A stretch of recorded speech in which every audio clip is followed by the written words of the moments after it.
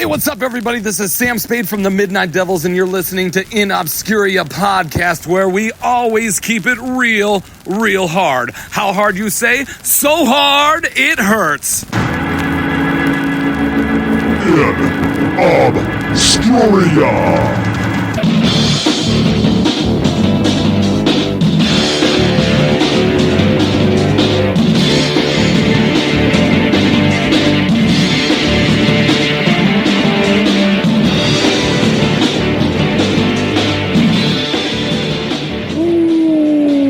Welcome back, my friends, to the InObscuria podcast, a podcast where we exhume obscure rock and punk and metal, and we put them in one of three categories: the lost, the forgotten, or the should-have-beens. That guy over there, Robert Harrison. That's me. That puppy down there, Ronnie James, DOG. And I will go by the name Kevin Williams. Happy to see you, sir. Happy to see you. Happy to be in air condition. Yes, yes, it is hot. Hot, damn hot. I think hopefully this is the last really damn hot week. No. You don't think so? No. This happens until November. Is this the false almost done with summer? It's not false fall yet. It's just false. Yeah. I have hope that we're almost done with it. Yeah. I mean, technically, this should be our end of summer celebration episode. And summer extends here until November 22nd. Yeah, exactly. Yeah. So you don't know, it's 97 degrees and 80% humidity. Yep. Yeah. Is the rest of the country still this way? I'm not sure. I haven't been keeping track. Yeah. I've lost touch with the rest of the world. I know that everybody else was hot too. Yeah. So they were all getting a good taste of it. Yeah. Welcome to our world. Speaking of taste, I got something in front of me. Can I hit a button? Hit that damn button before it gets cold. Oh, yeah. This is top notch here. This is gourmet shit.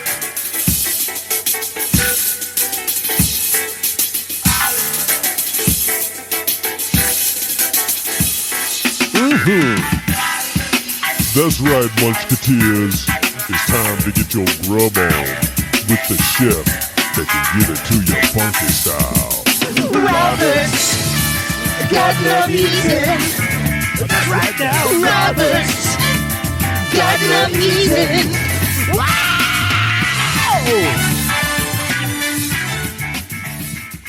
All right, so this past Saturday, I had a little dinner party at my house. It was $200 a plate, and I included the plate. You didn't get to keep the plate. But, you just pay $200 and you get to eat off of the plate. Eat off the plate, yeah. The food was extra. No, the $200 was a night of the charity fundraiser. We sold it out and had this amazing chef, Andrew, came out and cooked for us. We had a fire performance, of course, because it's at the firehouse. We had some fire This is on dancers. Socials, right? You yeah. Can go out there and take a look. This is public information. So, and then this was a portion of the feature. So if you would like to unveil, what we have today is... It's like a pizza? Bison short rib pizza.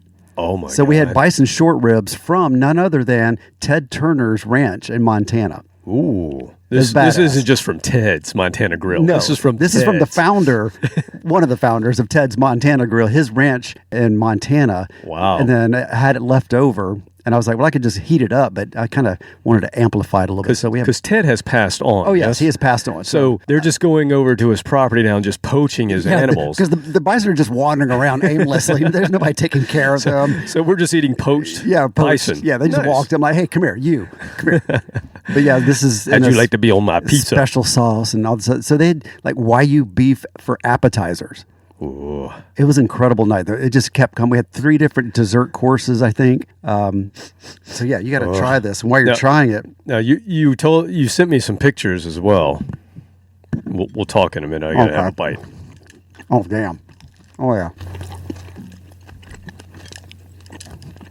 So the food was incredible. The other thing that was incredible were the people that were bringing the food out to the table. Oh my God. So hold on. I need a minute. Let's just focus on this right now. Wow. I know you didn't make this, so no, I won't say it's the best thing you've ever made. I made the pizza, but not the short ribs. But like I said, I wanted to just showcase the short ribs. I didn't put a sauce on it.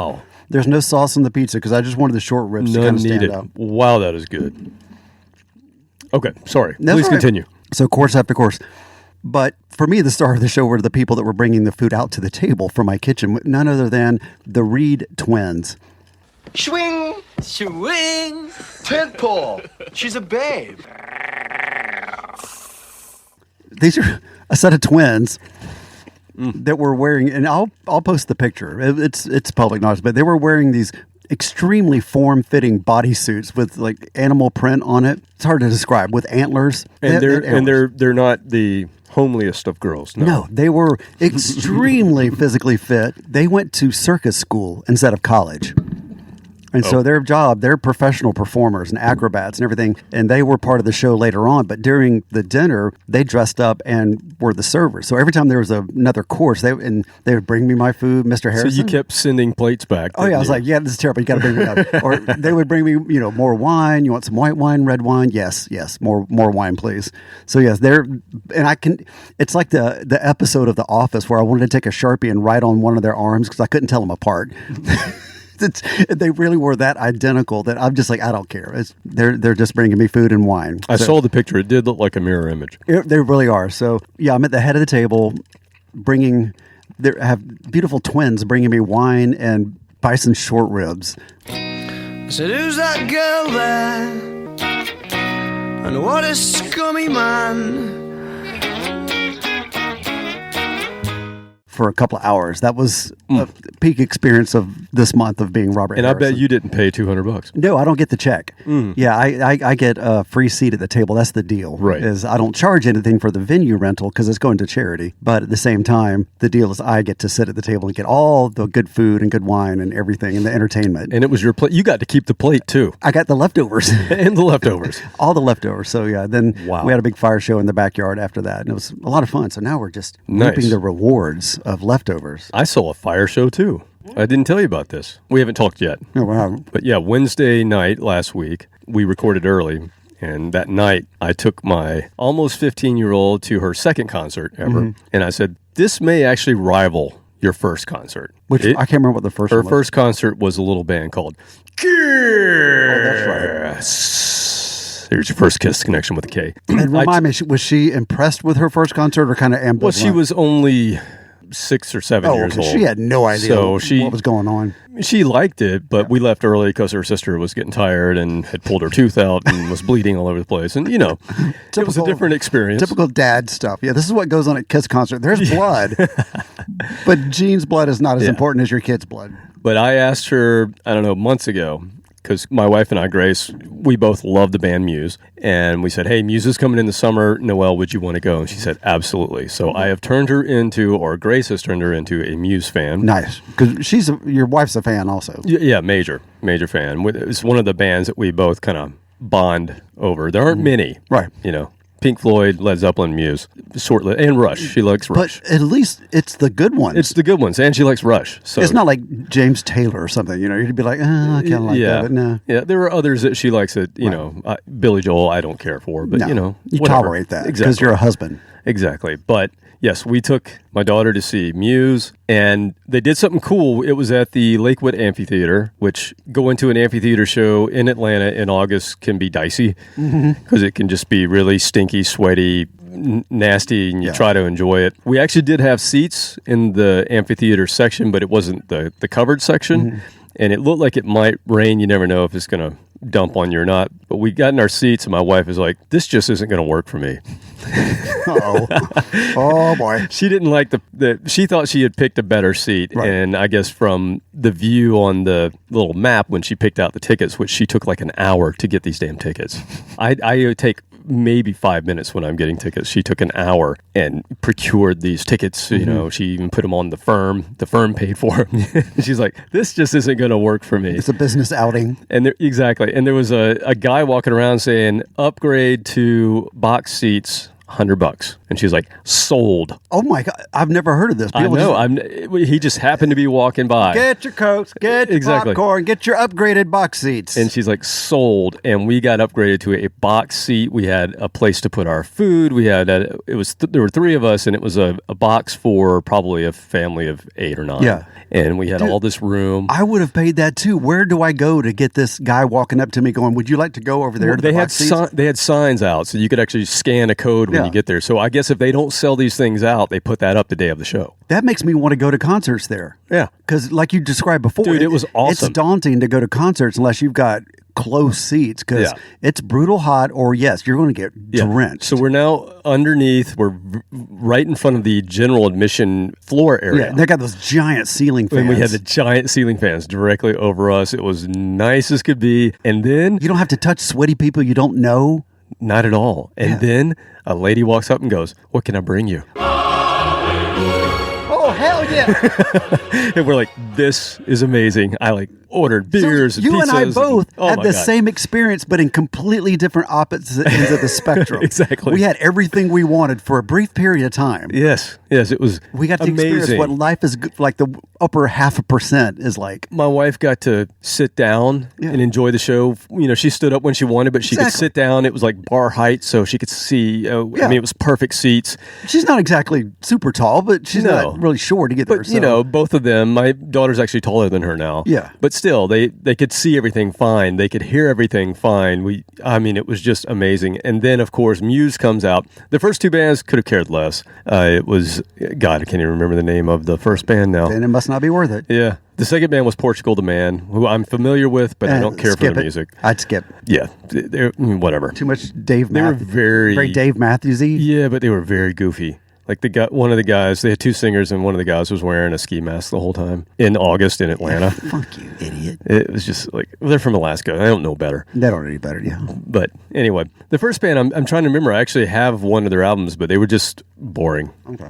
So anyway, two kind of modern rock, alt nation, if you listen to Sirius XM, alt nation type of bands. Yeah. And then Muse came out, and the volume difference was like double, almost triple the volume. So my daughter's sitting through these first two bands like, this is whatever, it's kind of nice, whatever.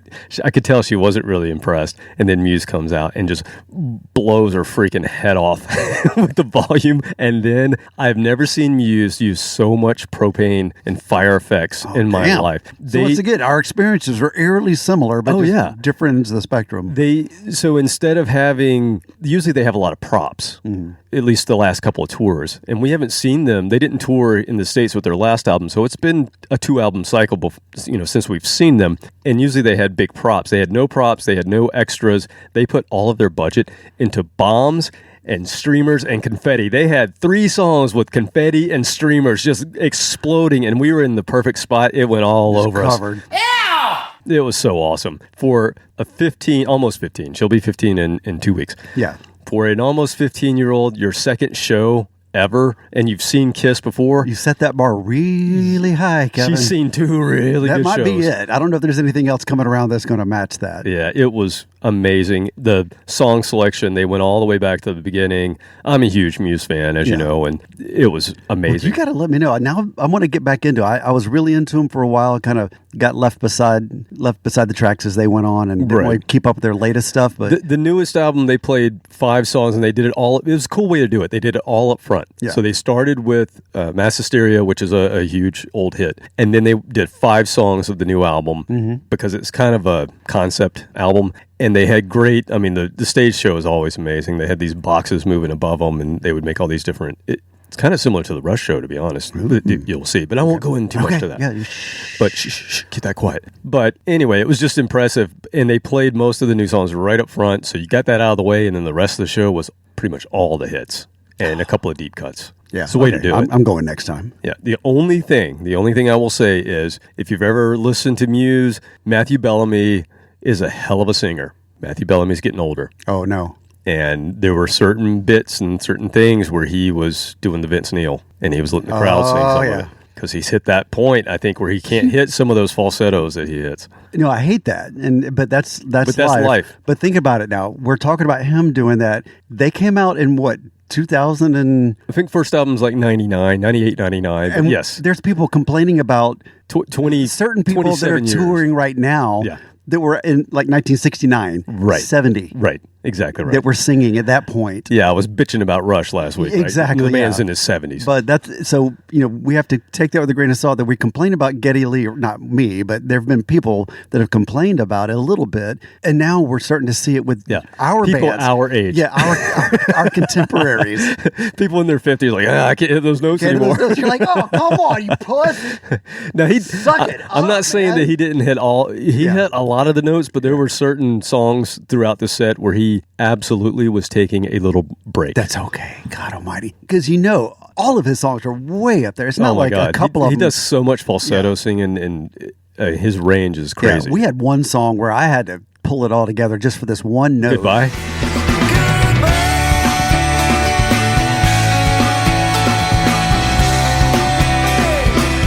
Yeah, and I had to save up for that last little bit every time. Yeah, there were sometimes like, he almost got there. He was almost there. Good for you, man. You tried hard. You really tried. You had to pull away from the mic. Just like I did. Just there. like that. When I nailed it, it felt good. Yeah. It felt really good. But it was absolutely fantastic. The night the girl showed up that I was singing about, I nailed it. That's all that matters the rest of my life. I swear, if I had cracked up then. Just like you nailed her. Yeah, more than once. Bless her heart.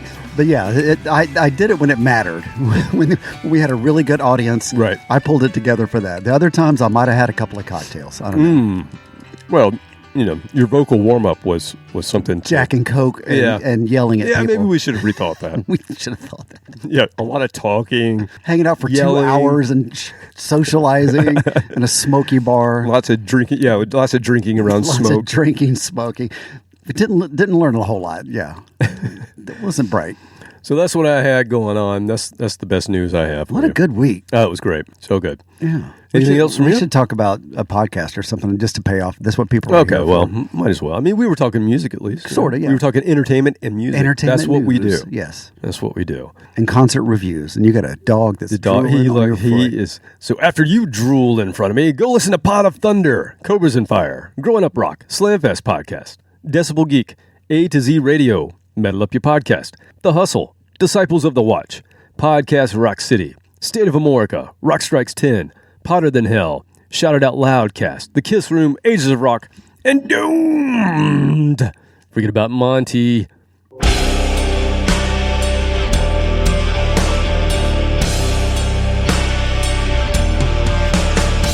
Hey, this is Monty Colvin from Galactic Cowboys and Monty's Rockcast, and you are listening to the amazing InObscuria podcast. Rock on!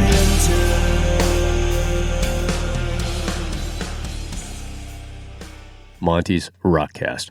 Update? You want an update on Galactic Cowboys? Yeah, go ahead. Here's the here's the update. That pizza's still good. They are signing. They have the vinyl. They are signing them now, so they will be going out soon. So here's what I've decided to do. I've not reached out to Monty, but I think what I'm going to do is I'm going to wait till the album comes, have a little time to digest the new music, and then perhaps we can reach out and talk to them so that we have something intelligent to talk about. so that we can actually talk about the music and have a little I like that. real conversation about music. Because we're professionals. We so much. research. So we we're so work really professional. hard behind the scenes. You don't understand this. Absolutely. I mean, how much prep time did you take this week? The pizza took like 15 minutes to cook. See, that's what we're talking about, people. Oh, Speaking of which, this is so good. yeah, I'm going to make this tonight. I'm supposed to be continuing along. Now, let's take a break. I was supposed to say Monty's Rockcast. I think I even forget. Finish your spiel, but then we take a break. All right. Hey, Robert, while you're enjoying your pizza, did you know? What? Did you know this? That we are powered by the Boneless Podcasting Network. This pizza's boneless, by the way. Boneless short ribs. Exactly. We are keeping it real here. So we suggest that you listen to these other boneless podcasts, Sean Geek and Fast Fred podcast, and The Podcast Will Rock. The Regarding series, they're done with the Elder now, so I don't know what's next. They got a few more albums to choose from. They have lots of terrible albums that they can choose from. Rush Rash, The Trailer Behind the Metal Shop, Maiden A to Z, Rock Court, Tone Chasers and String Benders, The Bad Penny Podcast, Mixtapes from Hell, and so many more. BonelessPodcasting.com. You can check us out there if you want. We even have little profiles up there of us. Come visit us, InObscuria.com. Is it the same profiles we had 25 years ago? It's exactly the same when profiles. we were in the band? Yeah, probably. Good. Like us, share us. Facebook, X, Instagram. Take a bite of pizza. We didn't talk about the pizza dough. Is this, what is this? Is this non-bread? Non. So it's not bread.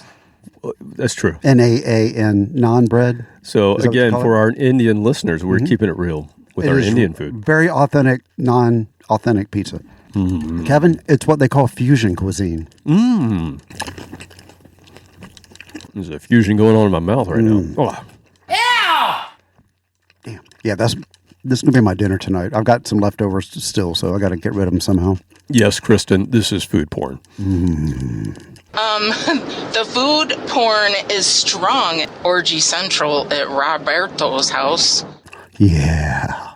Oh, yeah. Oh, yeah. Oh, I just made the horrible face.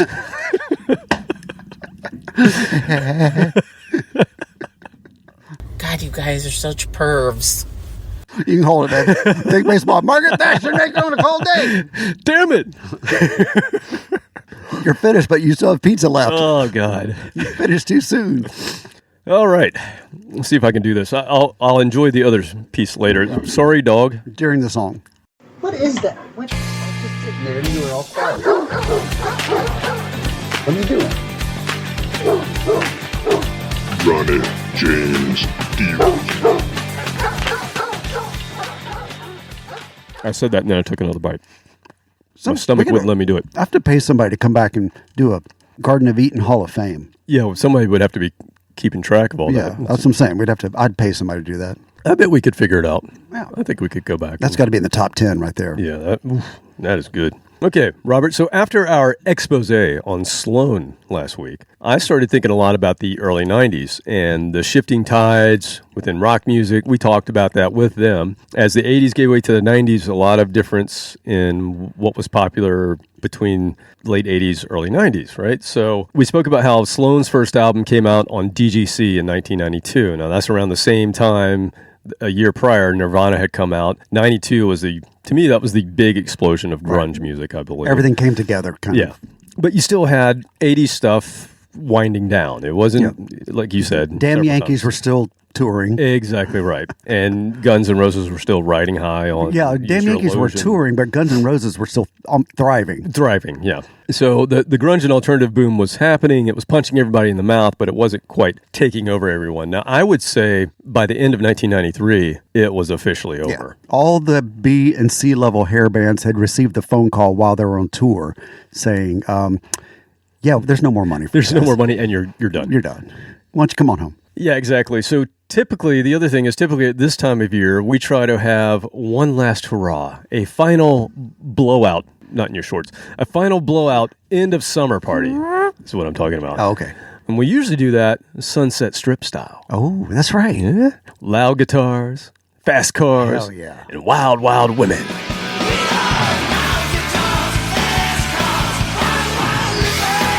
That should be a song. Oh, I think it is, actually. Yeah. Oh, well. 57, Yeah. 58 songs. Or at least one song that's been done by Or 8 different covered bands. 50, 100 Yeah. times. So we're going to do that again tonight with a twist, just a simple twist, because of what we talked about last week. So this is going to be episode 349, Beneath the Hair, volume 13, Forgotten Glam Metal, a hair too late. Oh, You see what I did there? nice, sir. Yeah, so we're going to focus on glam metal artists who came onto the scene and released albums in the years 1991 to 1993. Wing and a miss. It was a tough time. Tough time. Everybody's trying to get in the game. Oh, it was a tough time. We'll see. We'll see how tough it was. So let's get a quick gut check with the governess of the gas pedal.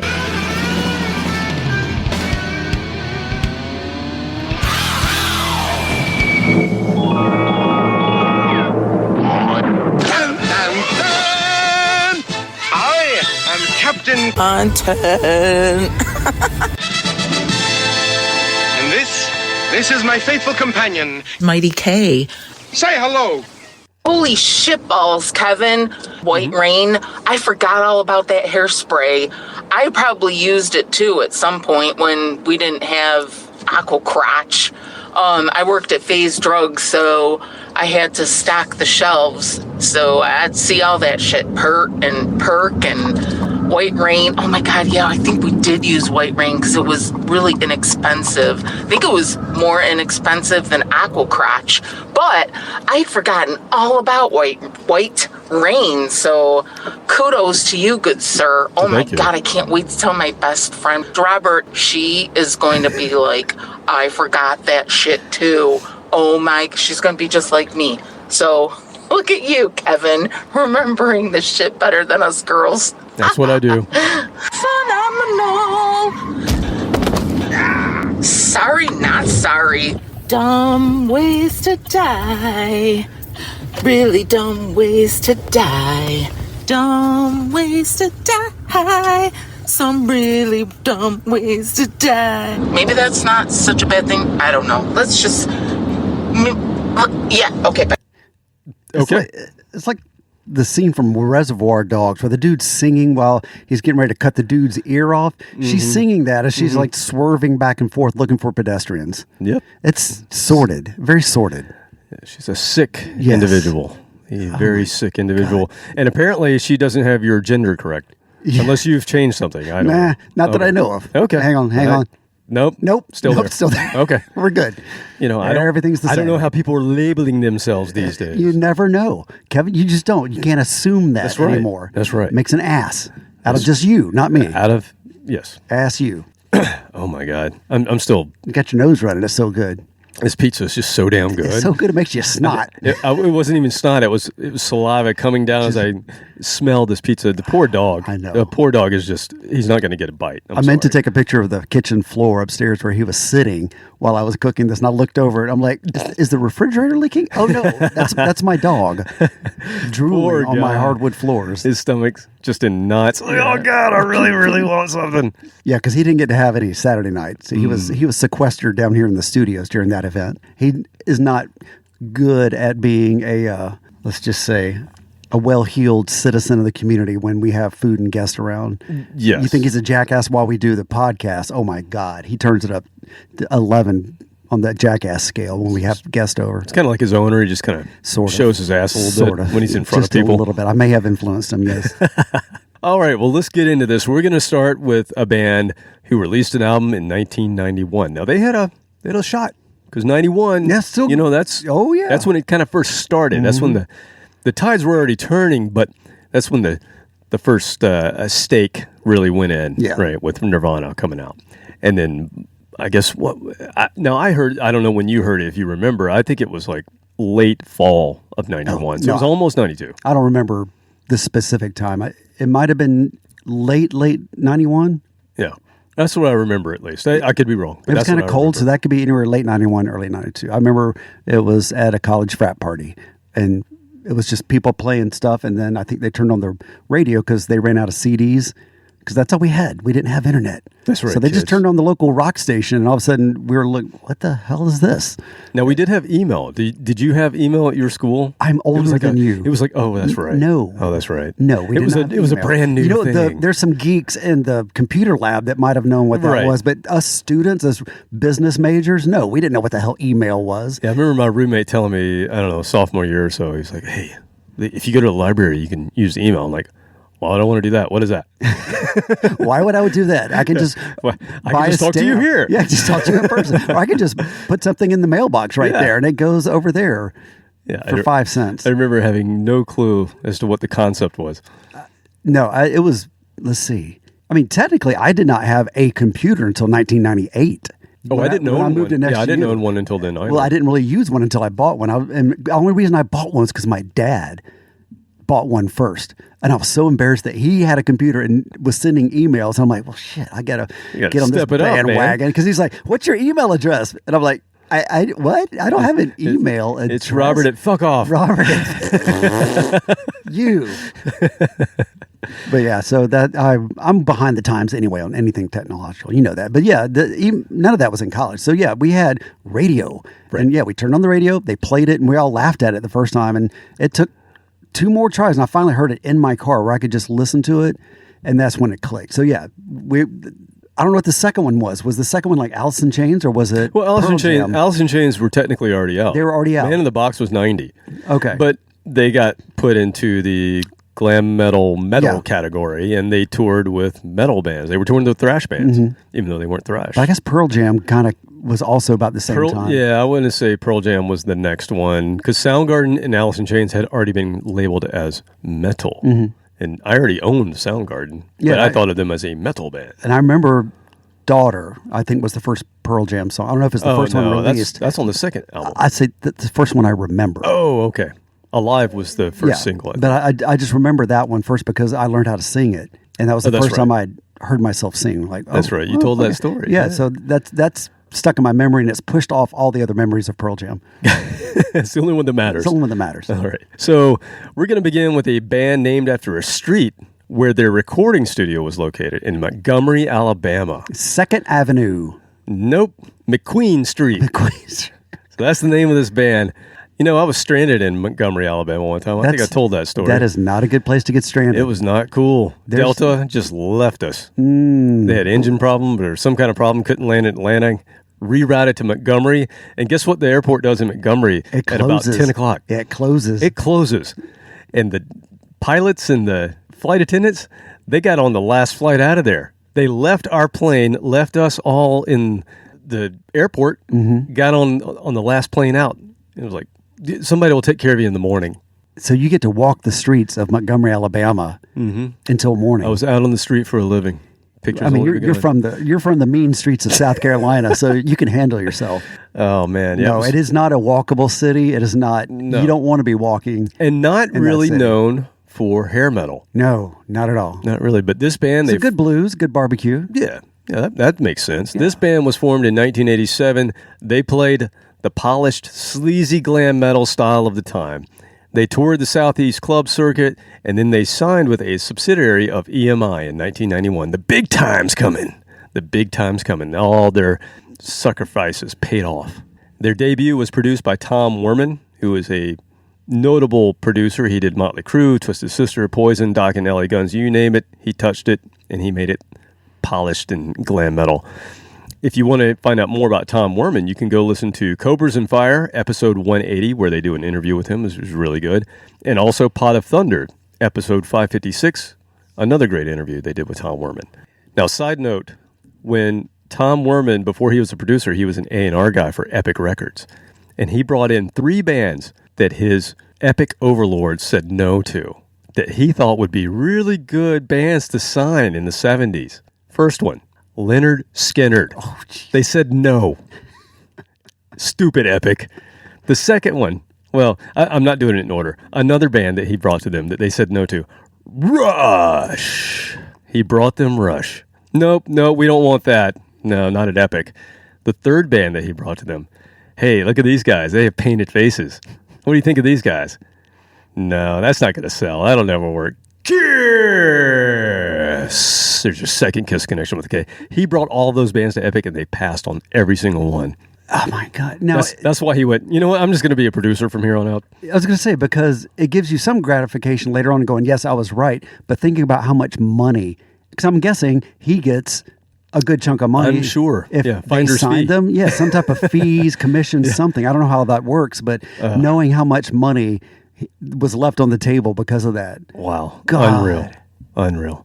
But anyway, Tom Werman, he produced this band's album, McQueen Street, and it was co-produced by Steve Stevens from Billy Idol, the guitarist from Billy Idol's band, who also co-wrote a song with the band. They've got everything going for them. They're right going in now. that category. Everything except timing. They've got it all. They released this album, a self-titled McQueen Street album, comes out in 1991. Their ballad, of course they have a couple ballads. You got to have a power ballad. It's called In Heaven. It peaked at number 32 on the Billboard Mainstream Rock Chart and reached number 1 on the European rock charts. But no one remembers McQueen Street because it was 1991. They had 2 other singles that got rotation on Headbangers Ball, yet didn't work out for them. Guess who they went on tour with in 1991? 3 bands. Skid Row. No, that's a good guess, though. They did go on tour with Mr. Big. Mr. Big was, was kind of a super group. They're still pretty big, yeah. They're still pretty big, hitting big at that time. The other 2 bands they opened for, one was named Soundgarden, and the other one was named Alice in Chains. Fuck. So, in a way, they had the sleaze metal hair band thing, and then they were playing with these up-and-coming bands that were going to take over the world, but couldn't make it stick either way. Didn't translate. Couldn't get the sleaze metal or the grunge metal. We've said it before. There were a lot of these bands out there at this time. Oh, yeah. A lot of competition. Everywhere, every street corner. So the label said, okay, sure, go make a second album. They did. Yeah, if you want to. I don't know. This is 1992 now. Yeah, go make a second album. First one didn't really give us a hit. And then the label said, we've listened to it. we're just going to shelve this. You gentlemen can move along. Yeah. In 1993, they were done. Okay, people, move along. There's nothing to see here. Now, two of the members, this is smart. We've said this before. You know, if you're in a scene that just isn't working anymore, you should be smart. You're still a musician. You can pivot. Pivot. So they formed a jam band called the Rat Race, two of the guys, in the mid-'90s, and they toured with Blues Traveler and Dave Matthews and Widespread Panic. Okay. Yeah. That's some fun. You know, but again, were they being genuine? Probably not, because these were guys that were in a sleaze band. Doing what everybody wanted them to do, not what they wanted. You know, so the Rat Race didn't really work Maybe out the either. sleaze band stuff was what they thought everybody wanted, and who knows? They could have been jammy all along. Maybe. I mean, they were from Montgomery, so that makes a little more sense, the jam band thing. But neither one really worked out. We're going to play a song from McQueen Street. Let's see what we think of their 10-minute jam. Exactly. This is a song called Money, 1991. Get that year in your head. See what you think.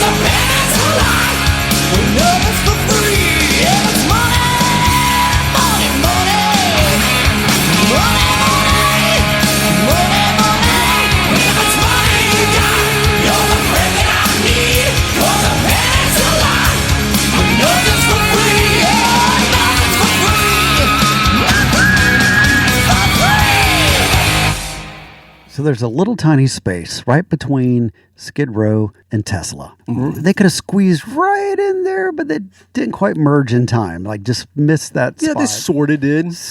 I mean, the sound-wise, they nailed it. I mean, that is a perfect mix-up, mashup, Skid Row and Tesla. I mean, they had everything going for them. I can't pick it apart and say, oh, this is why it wasn't popular. It was just, once again, timing. They nailed the polished. song. It was catchy, polished as hell. Yeah, Tom Werman sound. Guitar just tone. huge. Oh, yeah. All the tones were good.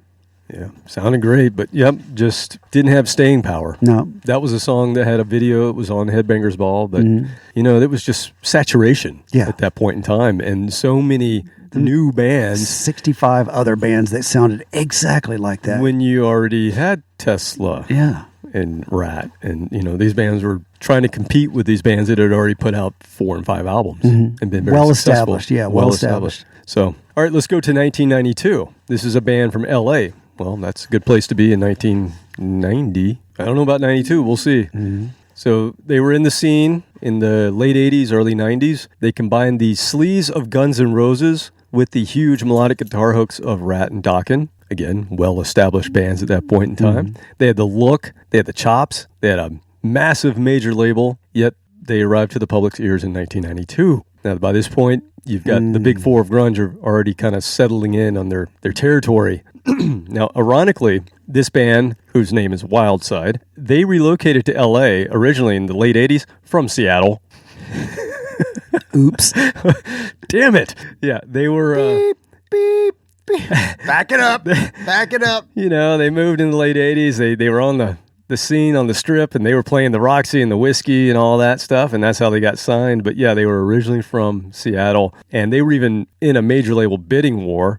Capitol Records ended up winning, and Capitol said, you guys have to change your name. It's the only problem, because they were called Young Guns at the time. Oh, unfortunate. It was a movie that came out. A small movie. Yeah. That had 2, I think. Limited release, yeah. Yeah, around that time. And so they had to change their name to Wildside. That's why they went with Wildside. Emilio Estevez. That's right. And Charlie Sheen, right? Yeah. Yes, his brother. The brothers. His Tiger Blood brother. Yeah, they had another, here's another band with... On Capitol, you've got everything going for you. You're a Hollywood Sunset Strip band. Top-notch producer, Andy Johns, who's did Led Zeppelin. I mean, come on. They recorded at Edward Van Halen's 5150 Studios. Damn. I mean, fucking A. And then, to bring in a songwriter, they brought in this guy. His name's Paul. Revere? No, not Revere. No. He was kind of old at the time. His real name's Stanley Eisen. Stanley. Yeah, no. Stanley? They brought in Paul Stanley from Kiss. Here's your third Kiss connection with a K. Oh. Hope we get another one. Yeah, they brought in Paul Stanley to write with them. So, again, they've got everything stacking up. This is going to work for sure. The album tanked due to the changing climate, and right away the guitarist split to join Vince Neil's solo band because he had just split with Motley Crue. And so the guitarist was like, I'm out. I got a paycheck. Yeah. See ya, Wildside. They did make another album, and it came out in 1995. Ooh. But guess what they did? Cut their hair? They stripped it back, and they went all grungy and put on some flannel. Yeah, it didn't work out. It was too late for grunge. No, it was too late. They missed it coming and going. Yep. Yeah, just a hair too late both times. So I want to say these guys have been to a Rockin' Pod, but I may have them confused with Roxy Blue. I know they've been there, but I think Wildside had something to do with one of the Rockin' Pods. But anyway, let's hear from their 1992 debut album, Under the Influence. 1992, think about what's coming out, what you're listening to. Here's Monkey See, Monkey Do.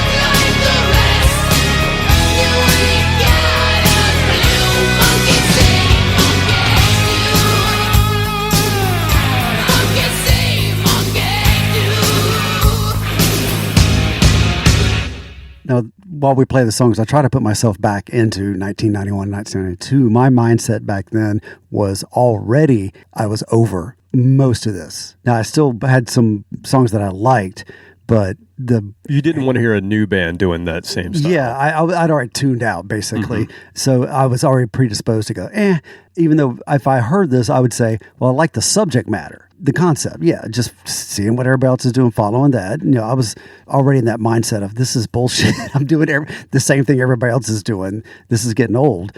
And so it's just the lyrics, monkey see, monkey do. I was, heavily into Pink Floyd and really deep stuff, and the new alternative stuff was much deeper and darker, and so all these silly lyrics like that was already just played out for me. So they didn't have any chance at all with me, and I think I'm pretty much just like the general public. I think most people were kind of over it at that point. Well, the funny thing about the lyrics to me is that you listen to them, they're definitely trying to say that they're different, that they stand out above. And I'm here to tell them, no, you have a cookie cutter song and you have a cookie cutter sound. I'm not going to say that this isn't a great album. It is. Yeah.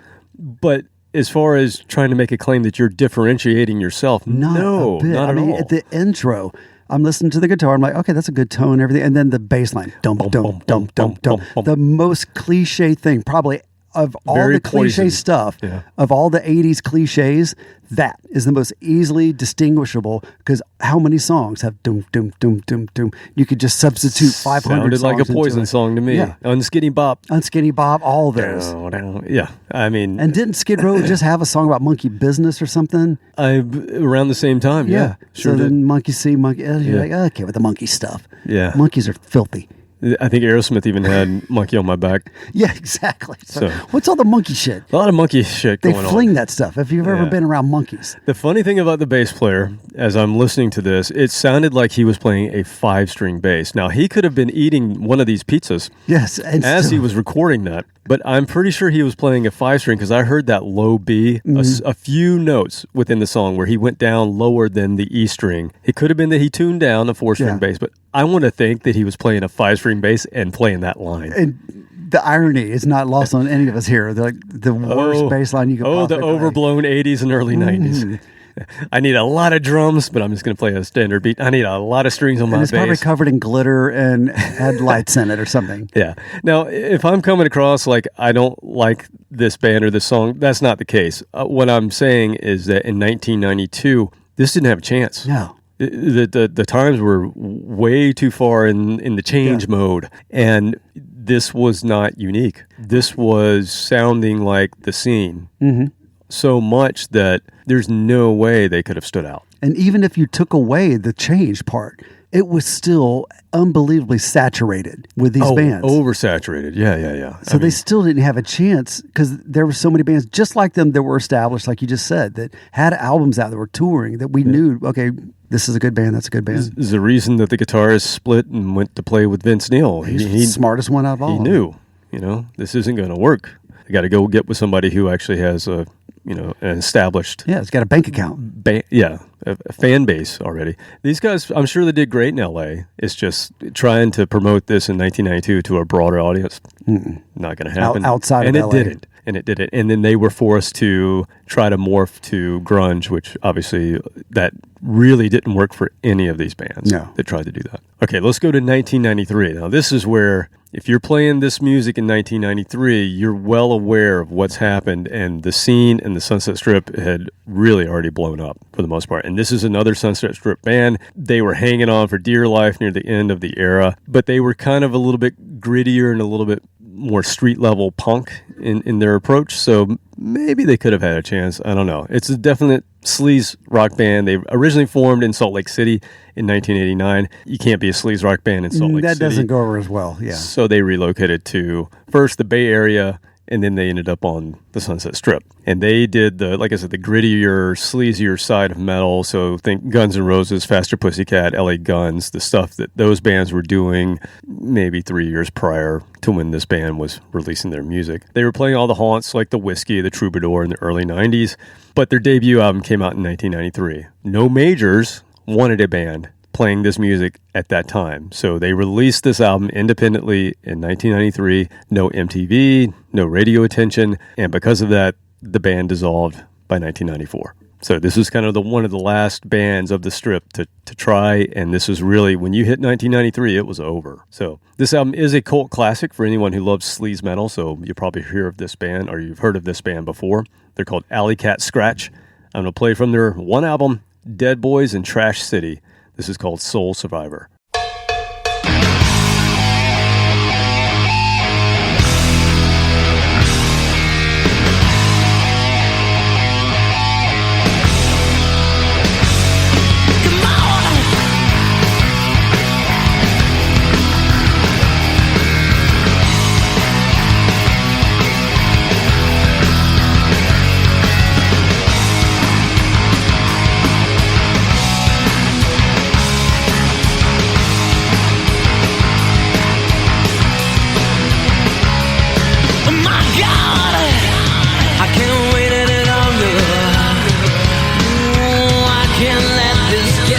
Best of me, psycho loving the burned out ruins of my head is dead. I'll catch that next train out of town. My boots are gonna hit that ground, and hey, I'm a soul survivor, running from the killing fields of love and never looking back. 'Cause I'm a soul survivor.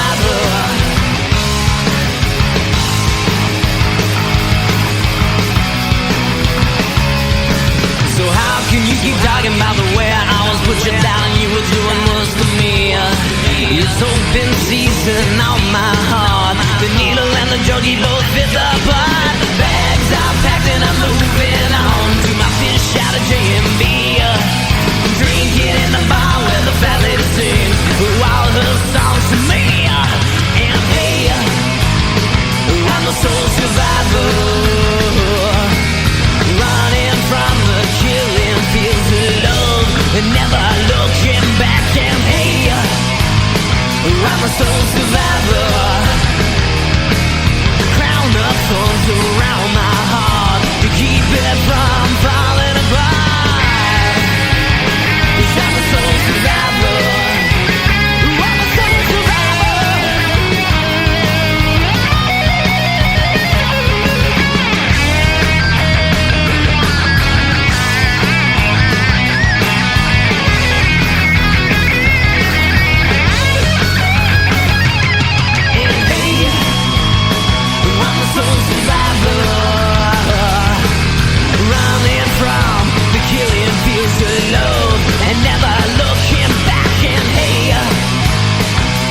Soul survivor,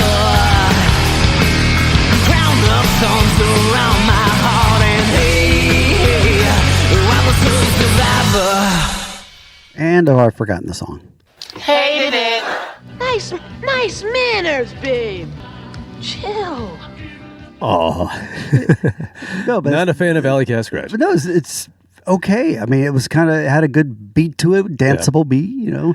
But Sounds like Faster Pussycat. yeah, it just kind of came and went, and yeah, it's hard to get my brain around that, to just isolate the song and go, okay, listen to the song for just the song's purpose, you know. Which is really what we should do now, because here we are in 2026. Just listen to the song. But I was a fan of that one more than the first two. It just, for some reason, it just had a grittier rhythm to it and not as cheesy. There wasn't nearly as much cheese to it. So I guess I'd have to give them props for that. They didn't have the label or the producer who were trying to push Over on them True. what everybody else was doing. And see, that might have been the recipe, is get rid of all that. Right.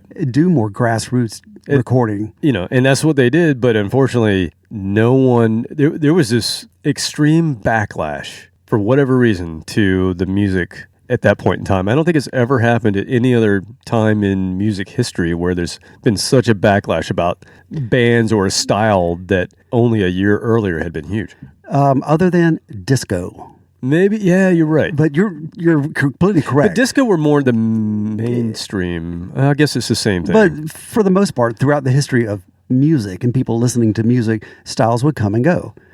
Disco got so popular so quickly that there was a backlash to it. But rock people hated it then. Yeah, right when it came out. When it was a thing and when it got huge, it was a threat to rock and roll. Yeah, except for Kiss, because they just jumped on the bandwagon. They don't have threats. They're like, oh, more opportunity to make money. Let's go in that direction. Do you mean Force? Kiss? I was looking out for the Force Kiss connection. 4K. 4K. All right. We're in 4K. But that was a pretty quick and intense backlash to disco. But grunge was, I mean, to hair bands, they got made fun of. Oh yeah, it was just.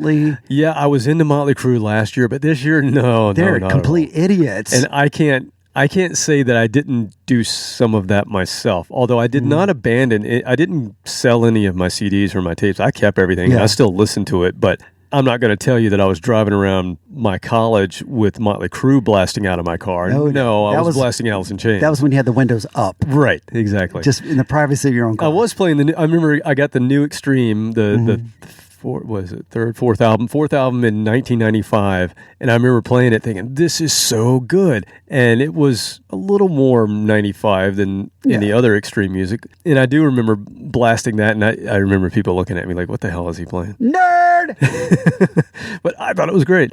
Anyway, yeah, I mean, if you just listen to these songs, these 3 songs that we've listened to so far, if you just listen to them for the music itself, they're all pretty damn good. Yeah. You know, if you like hair metal, these are pretty damn good songs. Right. All right, so moving on, a band from Youngstown, Ohio. Another place where so many hair bands and sleaze metal bands were coming. No, this was going to be tough. Yeah. Yeah, Ohio band originally called White Noise.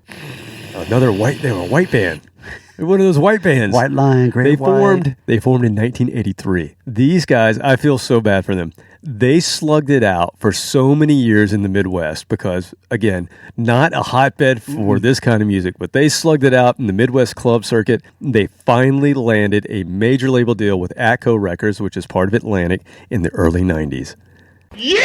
It's for every one of us. Stand for every one of us. It's time for the body, hand, every man, every woman, every child, everybody flash. We did it, boys. We did it, boys. They were playing sleazy glam metal, and the debut was released in 1991. And unfortunately, the momentum stalled due to the oversaturation of the market and the changing musical climate. Yep. So they took our advice, even though we weren't here to give them that advice. They knew. They just knew. Yeah, we went back in time with our advice. Changed their name, fired the drummer. Changed their name to Hounds of Desire in 1992, and they tried to make a shift to a more grunge-friendly sound. But they were done by 93. That didn't work out for them. It didn't work out for them. Swing and a miss. You know why they changed their name? Because their name, when they were a sleaze metal band, was Noisy Mama. What the hell you say? No. Yeah. You know those paintings from the 70s of it's like a rat driving a hot rod? Oh, yeah. Yeah, kind of stylized cartoon. Yeah. There's a certain artist that did a lot of those, didn't he? That's what was on their cover, too, in 1991. Oh. Noisy Mama. Awkward. Yeah. And the name of the album, so they're called Noisy Mama, and the name of the album, even better. Everybody has one. There's no nuance with them. Let me just straight to the vulgar. I'm not even beat around the bush. I'm not going to say anything else. I'm just going to give it to you. Here's her single, "Dirty Dog."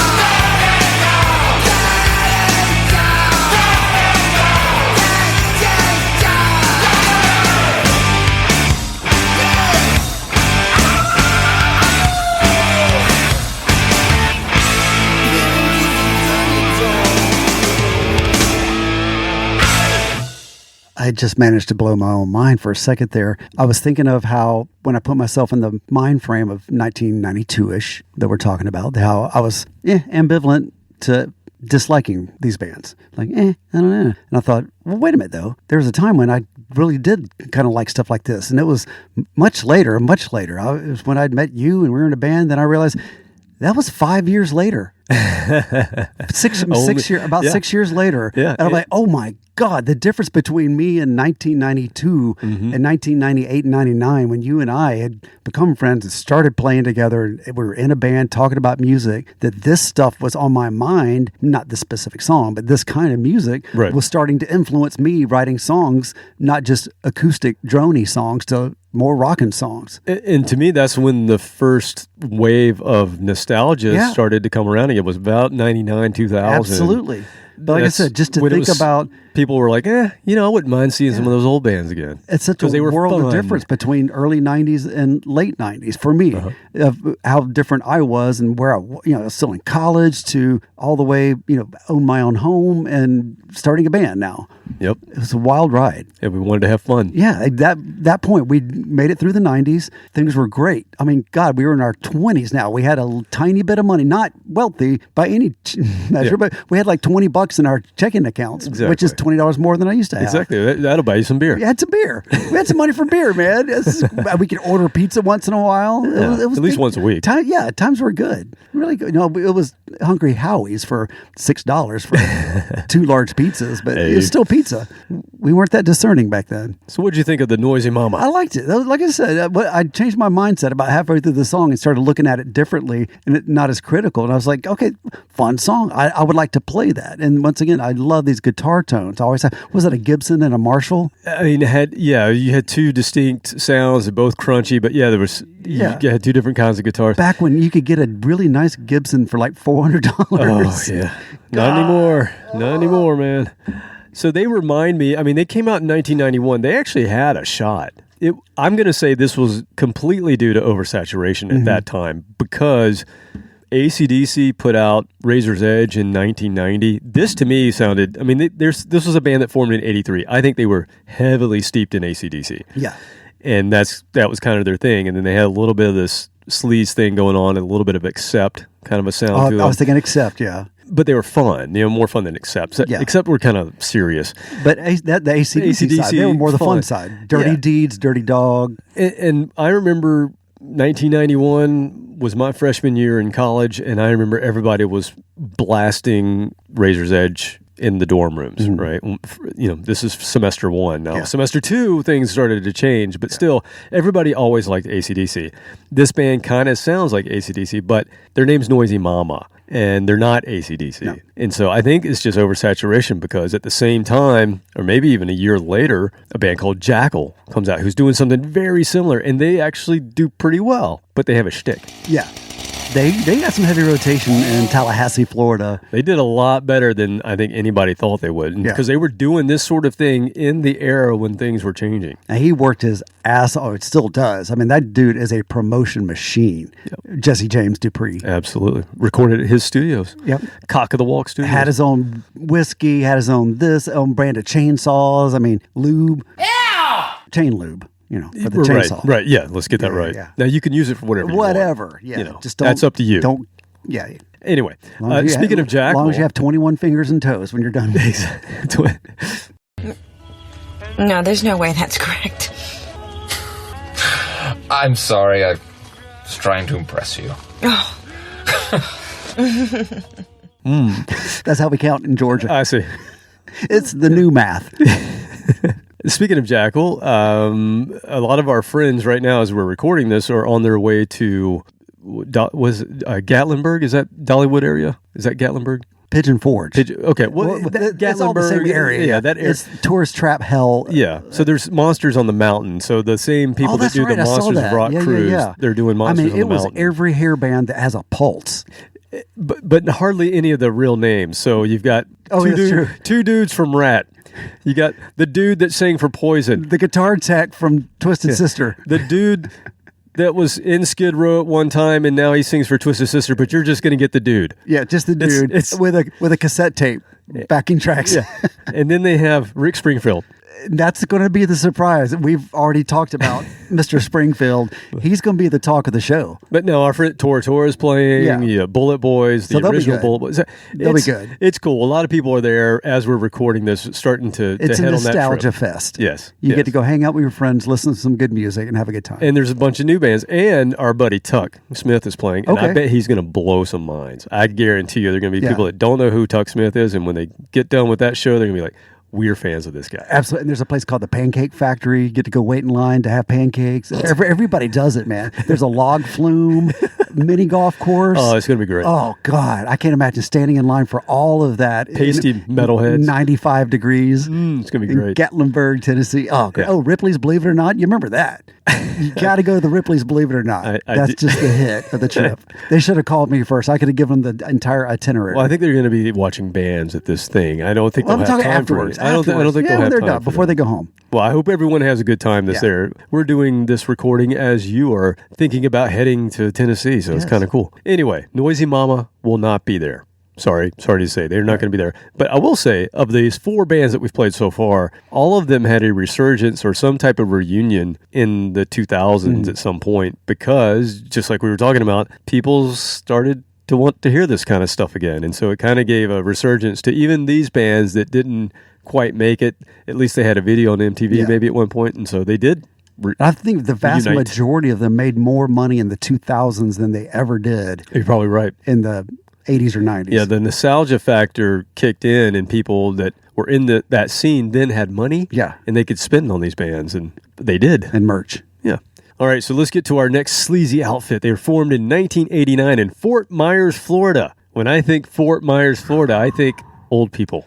And spring break. And okay. It's 2 different parts. There's the beachside spring break, and then there's everybody else. And that's the old people. Everybody that lives there is old. God's waiting room. Or heaven's waiting room. Sorry, heaven's waiting room. Yes. Anything below Fort Myers, Boca, all the way down to Miami. Well, this band, they released an independent album in 1989 under their first band name, The Unknown. Who? I don't know. Yeah, I don't know. I wonder how they came up with that clever name. Yes, they were The Unknown, and then they added some new members. They got a guitarist or two, and they rebranded themselves Blackfish in 1991. And in doing so, they caught the ear of Epic Records. We were talking about them earlier. They actually signed these guys. For once. We don't want Rush. We don't want Kiss. We don't want Leonard Skinner. I can't even pronounce that. Skinnard. What is this? What is that? No, we want Blackfish. And so Blackfish records on Epic Records. They make the cover of Metal Edge magazine. Boys, we have made it. We have made it. They're on Metal Edge. They seem on the up and up. They put out their debut album.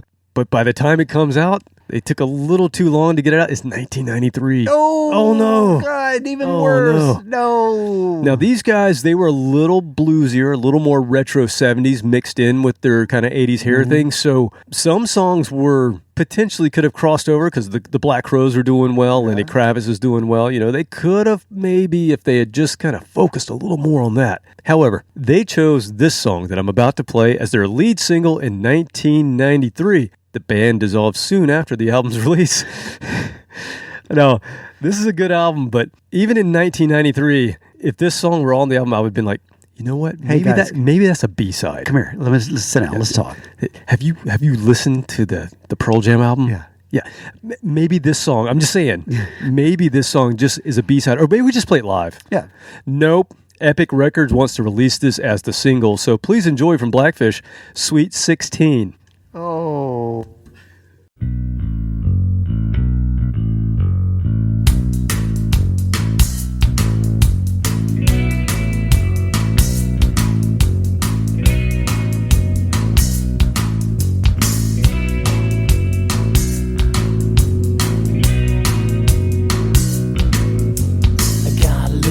I call her Sweet 16. She makes me take it down. She makes me do everything.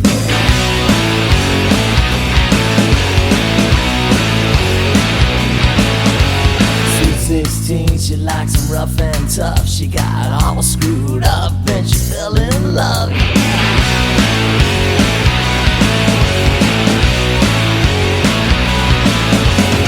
16, she goes way too far. You don't have to do a trucker just to ride in his car.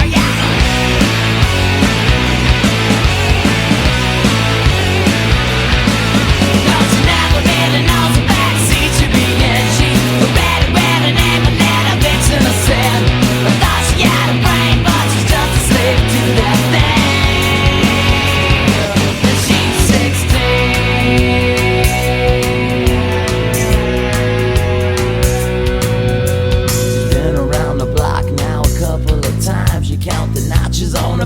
up to 99.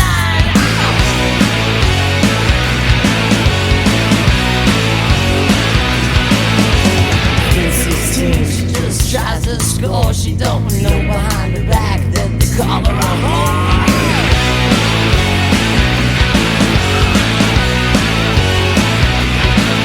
Well, she dropped out of school 'cause she learned to do well. She's been a A&D gal that knows what to do. She across stage, bench, money club and beauty queen. She's 16.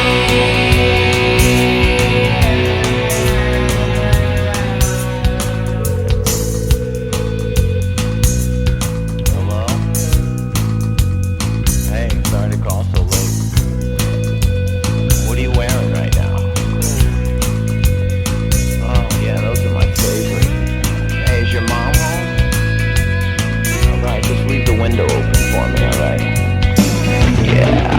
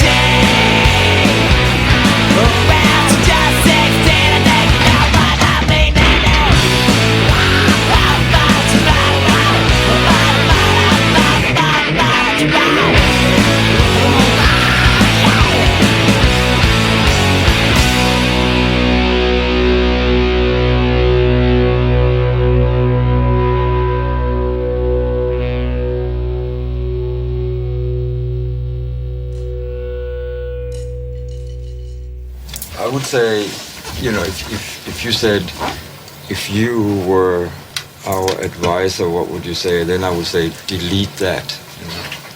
I mean, I don't know for you guys. For me, it doesn't cut it. You know. Up next, we have Jeremy by Pearl Jam. I'm just going to guess there wasn't a whole lot of nostalgia for that song in the 2000s when all the other hair bands were riding high again. Yeah, I'm going to say Blackfish, if you get back together, maybe don't play this one. Skip that one. Let me skip this. Just like I have an doesn't almost play Christine 16 anymore. Yeah, Winger can't play 17. You shouldn't play 16. Yeah, exactly. And that was way more cringe than Winger. Ooh, this was beyond. This was cringe in 1993. Yeah. Oh God. Yeah, this was the single they chose. They had there's other songs on this album. Yeah. That sound not as much of the 80s. They sound more of the 90s. They could have chosen any of those. So we got to mention your favorite song in all of this. When we mentioned the transition time, Ugly Kid Joe. Yeah. Kevin's favorite song of all time. Please send him anything and everything that you have related to Ugly Kid Joe. Love it. He cannot get enough of. In fact, we're going to do the Ugly Kid Joe reference from now on. Every episode, we'll do a reference. Anyway, I'll leave that to Aaron Camaro and LC. They were kind of a hair band that had kind of a grungy type hit because it was played on alt rock stations. Yeah. When there was a change and there were actual stations dedicated to alt rock in '93, Ugly Kid Joe got played. So maybe this record company thought this was something like a bluesy, swingy. Yeah. And you had Green spoof Jelly. song. That was the other one. Yeah, Green Jelly. Yeah. And so maybe they thought this was kind of a spoofy song that's not really serious, but no, it's too cringy to be. It's just creepy. Funny. Yeah. Just so many bad. No. Just a bad choice. No. Bad choice. Spray bottle. Psst, psst, yeah. Psst, psst, no. It didn't work for my dog. He'd just sit there and look at you like, what the fuck are you doing? Yeah, it works on cats. It doesn't Cats, really work on my dogs. dog's like, damn it, I'm wet now. Great. I'm going to bite you again, and I'm wet. So what did that accomplish? We're lost for words. I don't even know what to say. Yeah. I don't know how they made the choice. I don't know how Epic Records. Was it cheaper for them to Do you know who else was on Epic? Epic? Do you know who else was on Epic? Epicly Records. Epic. Pearl Jam. Yeah, so when I said up next, they're label mates with Pearl Jam. Well, I was going to ask, is it cheaper for them to just fail and go away or for them to fire them? Like, if contractually, did the record company not have to pay them something by them just failing? So they sabotage them by going, yes, release this song and we'll never hear from you again. I can tell you they did not put any promotion towards this album whatsoever. Yeah. I discovered it in the 2000s when I was having my own resurgence of I need to find more of these bands, the ones that I didn't get the first time around, and this is one that I found. But not this one. Well, I got it. It's a good album. The band, this song. We've got to make sure we specify this particular song. And the music, and I'll say this because now we've played 5 songs, just ear-splitting, head-crushing, skull-crushing guitar leads on every single one of these songs. Yeah. Great guitarist. Same thing here. You had great guitar work. This even had it wasn't a cookie-cutter song. No, they had a different arrangement. Yep. But my God, the lyrics and the subject matter. Why? Yeah. What were you thinking? Creepy, man. Creepy. Okay. Well, let's move on. Let's go to another LA band. Yeah.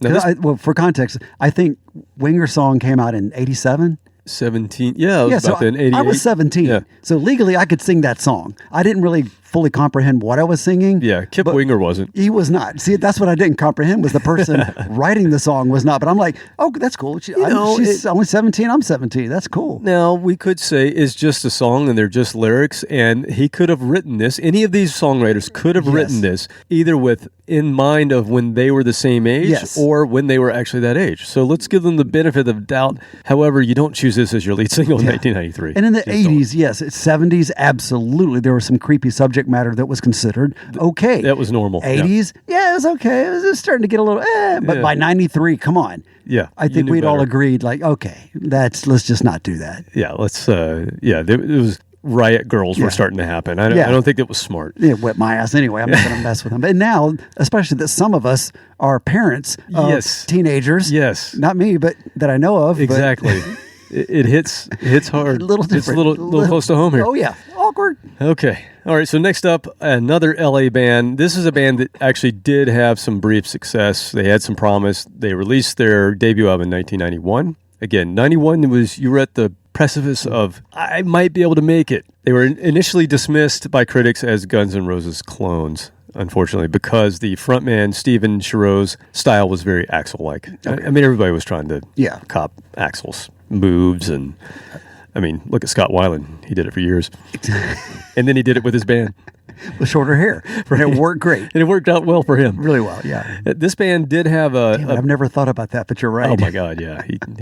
He had some major Axl moves. Oh, shit. Yes. Thank you, Kevin.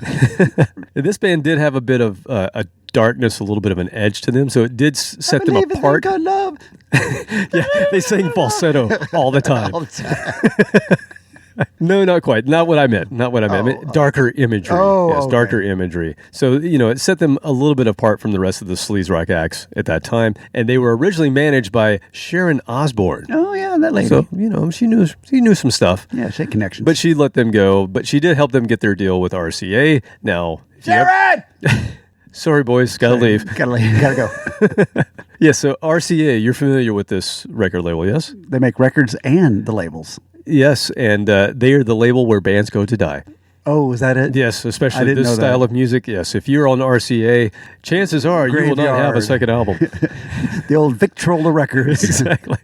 Yes, the dog on the cover of their the RCA logo. Hair turned. Yes. Yes. So their debut was produced by Slaughter bassist Dana Strum. Yeah. The album was called No Rules. It was released in 91, and the first single was called You're So Strange. Now, that single reached number 46 on the Billboard mainstream chart. It saw heavy video rotation, so this band were doing fairly well. The name of this band is Kick Tracy, and of course, they misspelled the hell out of both of those words, which that's what bands did then.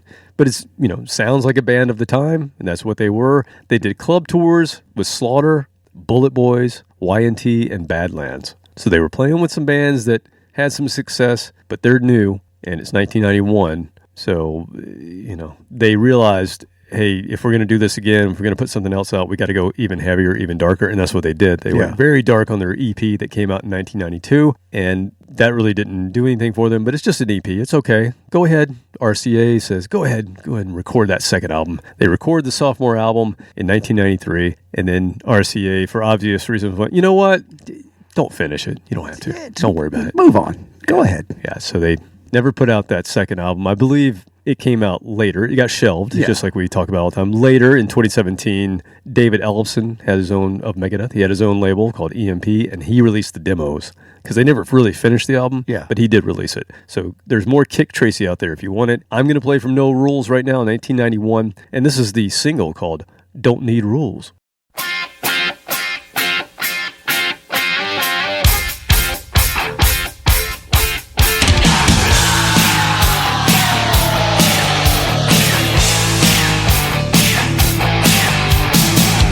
There's something going on here, deep inside of me.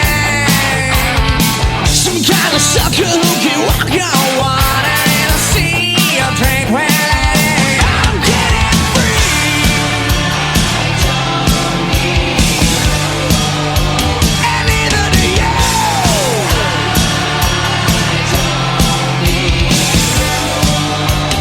No.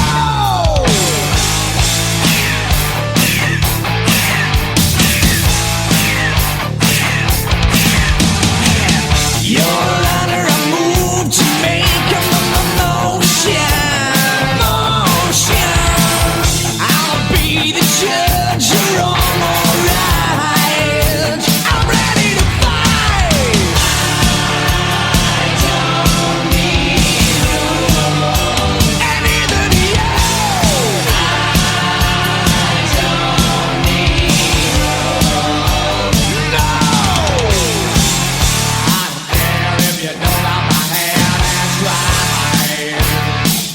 Good job. I don't need no rules, just a license to drive my life. Yeah. Rock and roll.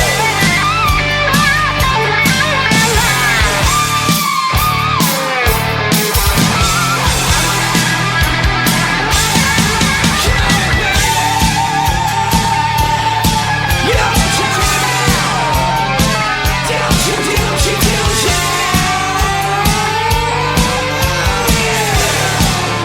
Come on. What I don't need. No, I don't need. No, I don't need.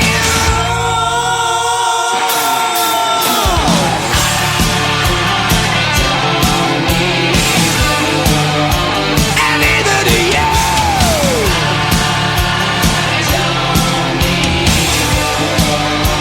No.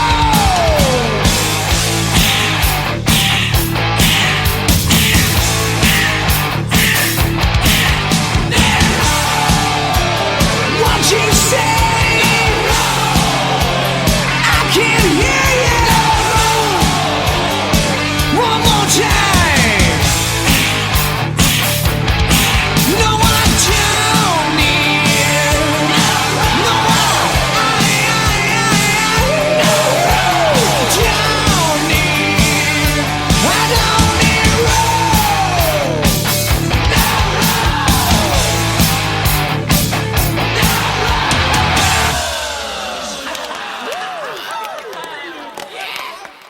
Good, solid song. Just didn't really have much for me back then, and nostalgia doesn't quite pick that one up enough for me. I like it, but it's not quite an anthem for me. Yeah, it's a damn good band. I mean, if you listen to the album, it's really good. It's just, unfortunately, it came out in 1991. Now, you could put this song on Use Your Illusion, and it works. That's the weird dichotomy between all this. We're acting like it's just one side or the other, but there were several examples that threaded that needle right between it. Yeah. I mean, to me, it's either you were established or you weren't. If you're established, at least you have a shot. Yeah. If you're new, sorry. If you were established, your career went a little bit longer. Right. Even the established bands, Guns N' Roses, faded, and some of the other big bands faded a little bit, not necessarily because of the fan base, because of their behavior sometimes. So it wasn't like... Or if you had a shtick. Green Jelly, Ugly Kid Joe, Jackal, they all had something else to carry them just a little bit further, or but make them stand out. They still didn't last. That's what I'm saying. Even the ones that did rise up a little bit above the grunge still didn't have much of a life after that. Right. Now, every band that we've covered today has been a band either based in LA or trying to sound like they were based in LA. And here's a UK band. We have not played a band from the UK. So our last song is a band from the UK that formed in 1990. Ooh. They formed in 1990. Hurry up. Get it. Let's go. Pick it up. They were trying to capitalize on something else that was going on. We haven't really heard it here. These have all been kind of sleazy bands, but the bluesier side of hair metal. Oh, yeah. If you remember, you had bands like Cinderella and Whitesnake and Badlands who were all doing this kind of bluesy Great White. Great White, yeah. Any other white band? All the white bands. All the white bands. Yeah. Yeah, so there was this whole like bluesier side of hair metal that was, I guess, trying to give a little cred, softer, yeah, and maybe appeal to an older crowd as well as the younger crowd. So this band got signed to Atlantic Records. They released their debut in 1991 in the UK, but for whatever reason, Atlantic decides not to release it in the US until 1992. Interesting. The album is produced by former Jethro Tull drummer Barrymore Barlow. And if I'm going to put together a bluesy hair metal band in 1990, you know how I'm getting to produce my album? Barrymore Barlow. Well, didn't Jethro Tull win the metal? Is that when they I don't think he was in the band then. Oh, okay. Yeah. But I'm just trying to make any connection. Yeah. Maybe that was it. They were like, hey, this guy's band won a Grammy for metal, yeah. so this is a metal. That's very bizarre. Yeah. Great drummer, Barrymore Barlow, by the way. Great drummer. Their single came out. It's called Whatever It Takes. It reached number 4 in the UK, and it earned the Single of the Week honors in Kerrang! Magazine. Yeah! It's for every one of us. Stand for every one of us.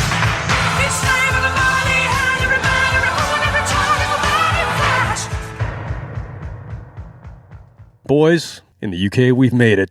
USA, here we come. But first, they had to do an opening slot with Magnum. We've played Magnum before. Okay. They actually at one of our Ghost Fest one year. Good band, but they had been around since the early 80s. And then they were slated. This was great for them. It's great news for them. Atlantic Records says, you know what? One of our bands in the U.S. needs an opening act, and we think you guys are it. Winger needs you guys.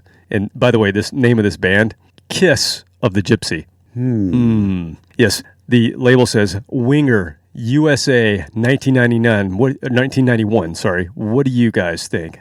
Great. Sounds great. Oh, you know what? We haven't put your album out in the U.S. yet. I tell you what, we're going to pause on that. Yeah, take your time. We're going to put it out next year, so we'll get you on a tour next year. It'll be fine. You'll be good. No problem. Yeah, they never went on tour with Winger, and their album didn't come out in the U.S. until 92. They were being marketed as a U.S.-style hard rock band. Yeah, so... The whole time you're sitting at home when... 2 weeks before that, you probably thought, hell yes, man, party time, it's going to be great. And then you sit there every day watching what's coming down the road, going, oh, fuck. So then, the label says, you know what, guys, sorry we missed the boat a little bit on that first album. Go ahead and start making that second album for us. Great. Well, then Atlantic went through a little restructure, little reorg in the ranks there at Atlantic, and they shifted towards new music called grunge, and sorry, guys. You don't fit us. We're done. And so by 1993, their album only comes out in the U.S. in 92. By 93, they're done. So 2 albums. No, they never put it out. Oh, they never. But I'm saying they said go ahead and start it. They started it, but never. Okay. No, never came out. Oh God, have 2 albums recorded. You think about that. Yeah. Well, they did release the first one. Okay, so it actually did get released. It finally got released, but it was 92 when it got released. Yeah. And so they missed the boat on the 91 craze of. Okay. Of I thought they just skipped bands. that one altogether. No, number 2. No, they released the album in UK 91, the US 92. Just didn't work out for them. And then the second album, they didn't even get to finish. Same story for so many of these bands. And again, it was really oversaturation. Yeah. I mean, these guys had to know. They formed in 1990. They were following a trend that had been set already for almost 10 years. So you thought this is the way it's going to be. Yeah. It's going to be around forever. Yeah. And people love it still, but unfortunately you couldn't reap it wasn't the flavor. Yeah, you couldn't reap the reward of the time, unfortunately. So let me play you from their debut album Kiss of the Gypsy that came out for us in 92. This is a song called Blind for Love.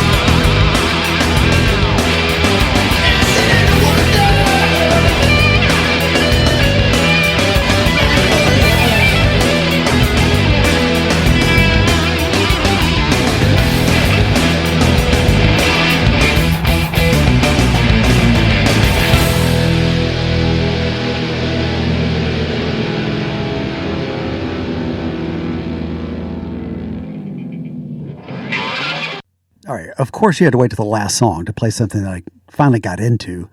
That had enough of a funk groove to it that or some more of their songs should be on our Something Smells Funky hairband episode. We've had at least one or two episodes. We've had a few, like the Extremes, the Mr. Biggs had a little bit of White Trash. White Trash.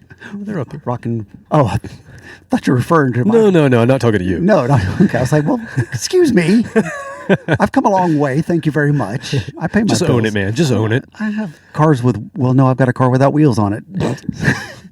In your yard. In my yard. No, let me see. No, it's got wheels. The one in the garage doesn't have wheels. on okay. it. I had to look for a second. I'm like, nope, I'm good. No, and it's not in the front yard. Thank you. But yeah, that had a funk rhythm to it. Just some good music. I like good that. players, good recording, good talent. These guys should have been huge. All the acclamations like that. I'm not going to disparage them in any way. It wasn't cheesy. Just good rock. It just for them bad timing. Yeah, you give that song to Whitesnake or Bon Jovi. Yeah, that probably would have been a hit. You know what? I think you're right. A little late for both of those. Even now, in '92, but yeah. Bon Jovi's done. Oh my God! Now, yeah. Oh my, oof. Boy, that sounds bad. Yeah, it does. You know who's not done? ZZ Top. I saw that so as of this recording, Frank Beard just passed away yesterday, and I saw that they are playing, I think, this weekend. They said, because he didn't pass away suddenly. Okay, they knew. He got sick and then was in hospice. So he wasn't playing drums for them already. No, he up until I'm going to get this wrong, weeks ago or a month ago. Okay, so but they had made a transition recently. Just a couple of weeks ago, maybe. Just a couple. Yeah, they did the same thing when Dusty Hill died. Kept going, and they said he wanted them to go on. Yeah, and so so it's just going to be. So I assume when Billy when Billy passes away, they're done, right? We said that about Kiss. Who knows? I'm not going to make any proclamations about that, but rest in peace, Frank Beard. Yeah, the only one without a beard. The most ironic member of the band. And the member that they completely replaced all of his recordings at one point in time. Yeah. Unreal. Their best songs, I don't know if he was even on them. I remember getting the first copy of Tres Hombres that I ever got. Actually had, I didn't know at the time, but it had the replacements of the drums, and I got that album. I'm like, this album was recorded this came out in the early 70s, and it sounds so today, heavy man. drums. It sounds like it could have been done right now. And of course, this is like 1990 when I buy this, and not realizing that they completely re-released all of their albums with electronic drums. Even the old. See, I didn't know that. Yeah. I knew they started recording with electronic drums. No. They replaced. They did this whole thing in I think it's the late 80s, early 90s, where they took it and remastered, re-released, and replaced all the drums. I mean, they were popular because of a certain sound. They were not that popular until they started doing electric. They were, but not to the level that they were. So maybe they got talked to by some record company people. That's exactly what they did. You know what you should do? You can make X amount of money if you went back and you take the same songs and you put that new sound and some more arpeggiators. Yeah, exactly. Put a little jigga in there, and you're good. Because that was their shtick. We're selling more albums, boys. Eliminator and the other one, I'm a Rough Boy. Yeah, or Tough Mostly electronic. Yeah. I still love it. I do too. That I remember watching this in the videos. The videos. Got to give them credit. Yeah. They jumped on that bandwagon perfectly. How do we take our goofy look and make something out of it in 1982? Cool cars and hot chicks. Yeah. And just that was the recipe for all of their videos. Yeah. We've got beards. And that hooked me. Yeah. At 14 years old, I'm watching all of that. Nobody else had a beard at that time. No, they did. That was not cool, but except for them. They rocked that. Yeah. Well, R.I.P. Anyway. Hats off. Hats off to ZZ Top here at the end of the episode. Yeah. Anything else to say about these 7 bands? I mean, no, bless their hearts. We know struggle was real with these guys. They tried all of these bands, even if they were trying like this band that was formed in 1990. They knew what they were doing with the trend, but they were really good. They put a lot of effort into it. You could tell these guys wrote a good song. They put a lot into the recording, and it was just a victim of the time. And what's worse, to get really close, like really close. you are telling everybody, all your friends, we've got it. We've made it. We're on Korean, we're in Korean magazine as single of the week. Exactly. And this and that. And then all of a sudden it just never materializes. And so it's not like they were big and then fell off the wagon. Right. They just never got to that wagon. Yeah, they almost got to the peak. Yeah. They just never got to look over it. Or, like us, we had a lot of fun. We were not close to the peak. No. We weren't close to getting signed. We thought we had a couple of chances, but if we were Canadian, we would have been fine. But no. Wrong nationality. We were not white enough. Well, we're pretty white. But not that white. You dicks! Oh, man. It always comes back to Canada. Exactly. I don't know how this happens. I don't know. It always does. Oh, well. Well, that's what I got for you this week. Anything else, sir? I'm going to have some more pizza. All right. Go have some more pizza, and we will see you all next time. See you later!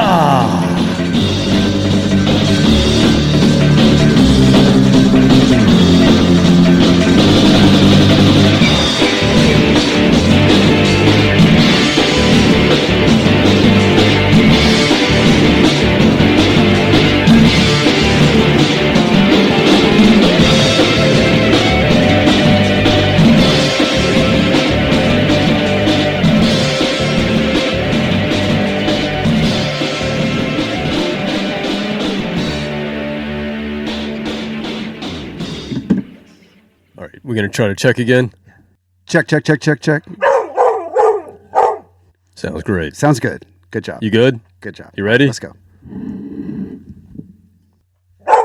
No, we're done with that.